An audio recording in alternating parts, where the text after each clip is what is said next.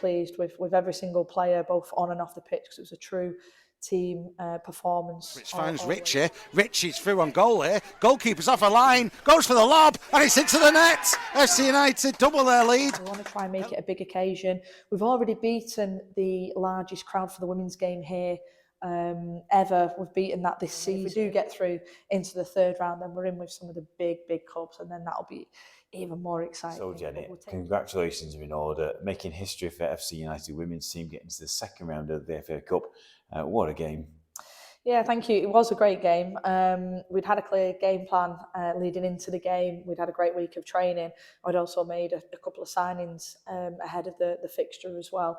And I think all that coming together, we put on an outstanding performance. Obviously, early on in the season, we didn't get the result we wanted when we went to York. And we didn't get the performance we wanted either, which was at the back end of a 3-game week, which was a challenge for us. But we knew that we'd been working hard in terms of philosophy, style of play, systems of play that was working towards, and with a few tweaks and a clear game plan of analysing what York could potentially throw at us on Sunday, we was able to put together a fantastic performance and come away with the win to take us into the next round. So all the way through. Yeah, I mean, to go away, any sort of like game is tough, and obviously knowing that the result again earlier in the season possibly hanging in the back of people's heads, but it's about development and developing in terms of bringing players in as well. Yeah, so we talked about being on this journey this season and knowing that there's going to be some highs, but there are going to be lows as well.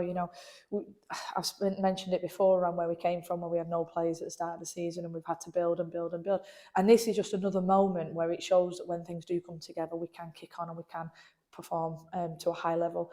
So it's continuing going on that journey now. You're only as good as your last game. So we've now got to keep pushing on from that. We know that that's our standard and we're going to make that now our minimum standard and we're going to keep pushing on from there. Okay, I mean, talking of standards, you've got to mention that second goal. It's a bit special, wasn't it? To just have the vision to do it. Yeah, so we'd set up with the block at this point. We dropped off quite a bit because we were 1-0 up, and I think there was about 15-20 minutes left in the game. So we just wanted to solidify a little bit, and I told them to drop off, created the block, but looking for opportunities when we can jump.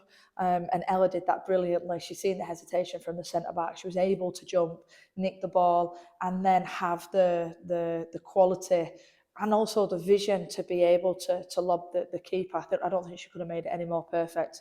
And she deserved a second goal as well because it was the day before her birthday. So what a great way to celebrate. Yeah, I mean, I watched the footage back and it was fair to say, I think we could hear you. You were shouting yourself hoarse.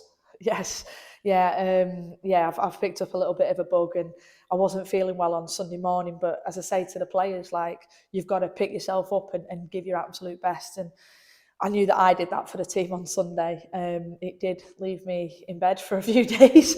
I've been a bit poorly this week, but my voice is now coming back and been able to get back into training tonight and have a good training session and push on. But it's every single one of us have got to be able to come in and give 100% commitment and contribution to the team, including the staff as well. Yeah, okay. The kickoff's been pushed back a little bit to 3 o'clock so we can accommodate the AGM and then just roll straight into the game. So encourage everyone to stay on or come down if you're coming down to the AGM and watch the game. Yeah, so Sunday's going to be a big occasion for the club because you've got the AGM first, which is very, very important, and you've got the members and the owners coming in to discuss some very important things on the agenda for the club. So we invite everybody in terms of people that are coming for the AGM to stay behind. We have moved the kickoff back to 3 p.m. to try and accommodate that and give people opportunity. We've got our fan base that is growing week in, week out. I'm pretty sure they'll all be here again singing and shouting and supporting the players, which is fantastic.